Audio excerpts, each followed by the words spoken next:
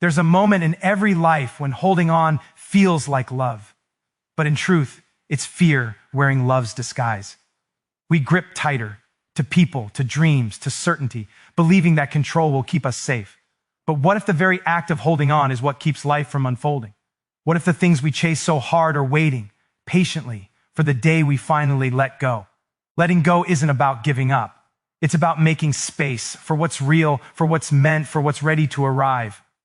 We live in a world that teaches us to hold on, to manage, to control, to predict, to perfect. From an early age, we're rewarded for certainty and punished for mistakes. We grow up believing that if we plan enough, work hard enough, think far enough ahead, we can secure the outcomes we want. We cling to this illusion of control as if it were a safety net, but in truth, it's more like a cage. It keeps us from the very experiences that make life meaningful. The surprises, the unknowns, the things that can't be planned or managed, but must be felt and trusted. When we try to control everything, we close ourselves off from the mystery of life. We script every word of a conversation, fearing rejection. We manage every detail of a relationship. Afraid of loss, we map every step of our future, terrified of uncertainty. And yet, for all our effort, we often end up feeling more anxious, not less. Because control doesn't bring peace. It breeds tension. It asks us to stand guard against the natural flow of life, to protect ourselves from disappointment by never allowing spontaneity in. But the truth is, the beauty of life exists in the very moments we cannot control. The chance encounters, the unexpected opportunities, the unplanned tenderness. Think of how we hold on in love. We cling to people as if they're promises, to identities as if they're definitions. We try to preserve feelings that have already changed, or fix situations that are meant to evolve. We say we're fighting for love, but sometimes what we're really doing is fighting against its transformation. Love is not something we control. It's something we participate in. And when we force it to stay the same, it begins to suffocate under the weight of our fear. Control, at its core, is a defense mechanism. It's the armor we wear when we fear loss, abandonment, rejection. It's our attempt to protect the parts of us that once felt powerless. But what we forget is that the very act of control keeps us in that same powerless cycle. Always striving, always managing, never resting. The irony is that we reach for control because we long for safety. But safety doesn't come from controlling life. It comes from trusting that we can handle whatever life brings. Letting go of control doesn't mean surrendering your responsibility or your vision. It means loosening your grip enough to let life meet you halfway. It means acknowledging that not everything can or should be directed. It's about allowing something bigger, life, love, timing, to co-author the story with you. When we finally loosen our grip, we begin to notice that life hasn't been against us. It's been waiting for us to make space. The illusion of control is seductive, but it's just that, an illusion. And the moment we see it for what it is, we reclaim our freedom. Because when you stop trying to control everything, you discover that life has been trying to love you all along. We often confuse surrender with weakness. We think that if we stop fighting, we'll lose. If we stop trying to make things happen, we'll fall behind. But surrender isn't about giving up. It's about giving in, not to defeat, but to life itself. It's the moment you stop waging war against what is. It's the quiet recognition that some things are meant to unfold in their own time, in their own way, without your constant supervision. Surrender requires courage because it asks you to release your grip on certainty. It asks you to stand in the space between what you want and what is, and to trust that this in-between isn't punishment, it's preparation. It's where the next version of you is being shaped. Most of us spend our lives resisting this space. We fill it with distractions, plans, explanations, anything that keeps us from feeling the vulnerability of not knowing. But it's in that very vulnerability where transformation begins. Think about the moments when you finally let go, when you stop pushing, stop forcing, stop pretending to have it all together. Something shifts, doesn't it? There's a softening, a lightness, almost a relief, because surrender gives permission to life, to others, and to yourself. It says, I trust that I don't need to control everything to be okay. That's not weakness. That's strength in its purest form. Surrender doesn't mean you stop caring. It doesn't mean you no longer dream or desire. It means you stop micromanaging how those dreams must arrive. It's the recognition that you can do your part, show up, love fully, take risks, and then release the outcome. The outcome isn't where the power lies. It's in the presence you bring to the moment. When you surrender, you allow possibilities you couldn't have planned for to enter. You make space for life to surprise you. In relationships, surrender looks like listening instead of defending, being curious instead of certain, choosing connection over control. It's the willingness to meet another person as they are, not as you wish them to be. In love, surrender is not losing yourself. It's discovering a deeper, freer self that no longer needs to grip so tightly to feel safe. And in doing so, you create room for intimacy, for authenticity, for real connection to bloom. Surrender is not the absence of strength. It's the presence of trust. It's saying, I will meet whatever comes, even if it doesn't match my script. And when you can stand in that space, with open hands and an open heart, you begin to experience the profound ease that comes from alignment rather than effort. You begin to live, not in resistance, but in flow. Because when you surrender, life stops feeling like something you must conquer and starts feeling like something that carries you. When we hold on too tightly to a person, a dream, a story, we begin to block the very energy that's meant to move through us. We tell ourselves that holding on shows loyalty, commitment, faith, but sometimes holding on is not strength. It's fear. It's the quiet belief that if we let go, we'll lose everything. Yet what we don't realize is that in trying to preserve what's slipping away, we often lose ourselves first. There's a certain heaviness that comes with attachment, the need to control outcomes, the constant worry about what might happen, the exhaustion of trying to keep things from changing. It's like carrying something that was never meant to be held forever. Energy, like emotion, needs to move. When you cling to what's already run its course, you create resistance. Life can't breathe through resistance. Love can't flow through fear. Growth can't happen when you're anchored to what no longer fits. We all have something we struggle to release. A relationship, a version of ourselves, a plan that didn't unfold the way we imagined. And sometimes we confuse letting go with betrayal. But letting go isn't abandoning what once mattered. It's honoring it by allowing it to complete its purpose. Everything that enters your life teaches you something, shapes you in some way, and then invites you to move forward. The lesson is meant to remain, not the attachment. When you cling to what's gone, you send a message to the universe, I don't trust that more will come. That energy of scarcity keeps you trapped in repetition, reliving the same chapters, the same patterns, the same wounds. But when you release, you open a door. You create a vacuum that life rushes to fill with new experiences, new connections, new opportunities that match the person you've become. Letting go is not about losing. It's about creating space for alignment.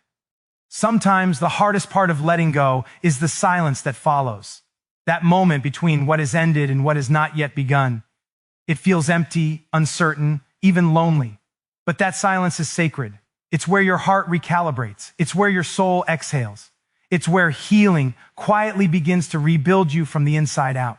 You can't hear what's meant for you until you stop clinging to what's already been said. The truth is, nothing that is meant for you can ever pass you by. It may leave for a while. It may return in a new form. It may transform you completely. But it will always find its way back if it truly belongs to your path. So release what weighs you down and trust the flow of what's ahead. Because when you finally stop gripping so tightly, you realize that life has been waiting patiently to place something far more beautiful into your open hands. Letting go is one of the purest forms of love there is. It's not about detachment or indifference, it's about reverence. It's the kind of love that recognizes when something or someone is no longer meant to be held so tightly. It's the moment you realize that love is not proven by how much you can endure, but by how much freedom you can give. Sometimes letting go is not the end of love, it's the highest expression of it. We often believe that love means holding on, fighting for what we want, refusing to give up, and sometimes that's true. But other times, love asks something much harder of us. It asks us to step back. It asks us to trust that someone else's path may no longer run parallel to ours. It asks us to accept that the version of love we once knew has evolved into something different, something quieter, maybe even something distant. That acceptance doesn't mean the love was a failure. It means it completed what it came to do. In relationships, we hold on to people not just because we love them, but because we fear what their absence might reveal. The silence, the space, the questions we'll have to face alone. But letting go is not about erasing what was. It's about allowing it to live where it belongs, in memory, in gratitude, in the quiet corners of your heart, where love can rest without needing to be held captive. When you let go, you free the other person, yes, but you also free yourself. You free yourself from the need to constantly fix what isn't broken anymore. You free yourself from the illusion that love must stay the same to be real. And in that freedom, you begin to experience love in its truest form, fluid, evolving, generous, because love that demands control is possession, and possession cannot coexist with peace. Real love breathes, it expands and contracts, it honors individuality as much as togetherness, it doesn't insist, it invites. Letting go doesn't mean the love disappears, it simply transforms. The energy of it changes from something that binds to something that blesses. It becomes a quiet thank you instead of a desperate plea.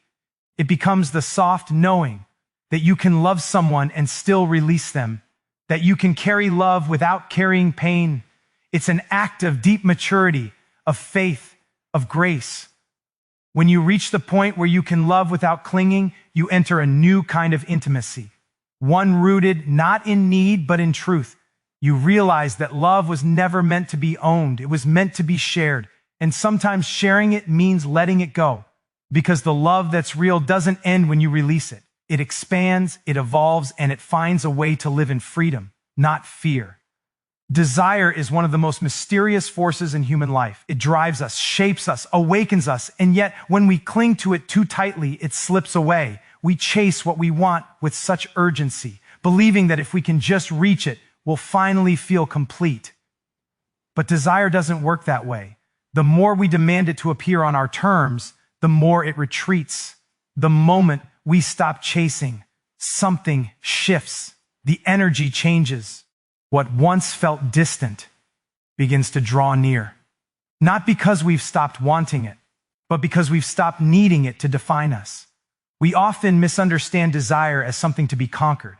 We believe fulfillment is a prize to be earned, rather than a rhythm to align with. And so, we push, we strive, we force outcomes. But that kind of pursuit carries the energy of desperation, not creation.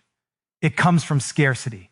The belief that what we want might never come, that we must fight for it before it disappears. When you move from that space, you may achieve temporary satisfaction, but it never lasts. Because the moment you grip desire too tightly, you suffocate its natural flow. There's a profound shift that happens when you stop demanding and start allowing. It doesn't mean you stop dreaming. It means you start trusting. It's when you say, I know what I long for, and I know it will come in the way it's meant to. That trust creates alignment. It invites life to move toward you instead of you always chasing after it. When you're aligned, desire no longer feels like a hunger that depletes. It becomes a pulse that energizes. You stop asking, when will it happen? And start asking, who am I becoming while I wait? This is the paradox of desire. It finds you when you stop demanding it to. Because when you stop needing it to complete you, you become whole enough to receive it. It's not that you no longer care. It's that your desire is no longer rooted in lack. You're no longer trying to fill a void. You're expressing a fullness. You move from wanting something to happen to being ready for it when it does.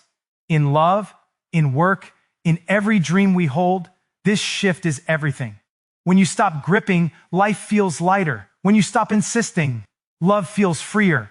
And when you stop demanding, you create the very conditions where what you desire can finally reach you. Desire thrives in openness, not control. It responds to authenticity, not expectation. The beauty of it all is that what you long for often begins moving toward you the moment you stop proving you're worthy of it. Because when you let go of the chase, you stop vibrating in fear and start radiating in trust. And that's when what's meant for you finally recognizes where to land. There is an intelligence to timing that no amount of planning can replicate.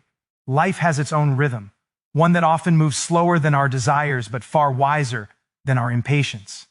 We live in an age that glorifies instant gratification, where everything is about speed, outcomes, and control. We measure success by how fast we can get there. But the truth is, the things that are most meaningful rarely arrive on demand. They unfold, they mature, they take time to become what they're meant to be, and to prepare us for who we're meant to become when they do. We often think that waiting means nothing is happening. But waiting is not stillness, it's gestation.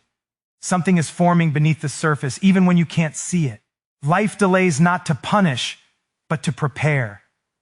Every pause carries purpose. Every silence carries instruction. The waiting teaches patience. But more importantly, it teaches readiness. Because sometimes it's not that what you want isn't ready for you. It's that you're not yet ready to hold it. Timing isn't about the calendar, it's about capacity. There's a wisdom in the way things arrive when they do. Look back on your life, and you'll see moments when something you desperately wanted didn't happen, and later you understood why. If it had come sooner, it might have broken you, or you might have missed its meaning entirely. Life has a way of aligning opportunities with your growth. It doesn't withhold what's yours, it ensures that when it comes, you can sustain it. We struggle most when we resist the rhythm of time. We push, we rush, we panic, we think that the delay is denial, but often the delay is grace. It's the space that protects you from premature arrival. It's the universe saying, not yet, because you deserve more than almost. When you stop fighting that rhythm, when you begin to trust it, something within you relaxes. You no longer live in constant tension with the moment. You learn to see beauty, even in the becoming. Trusting the timing of your life means you no longer measure your worth by your progress. You stop comparing your chapter 1 to someone else's chapter 20. You realize that your pace is not slow. It's sacred. And you begin to notice that everything finds its way to you precisely when it's meant to. Not a moment sooner, not a breath too late. When you trust this rhythm, you stop chasing what's running and start receiving what's arriving.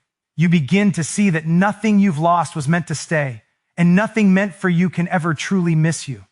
You learn to rest in the truth that life is never behind schedule. It's always right on time. Because when you finally stop fighting the clock and start trusting the rhythm, you discover that everything you've been waiting for was already on its way to meet you.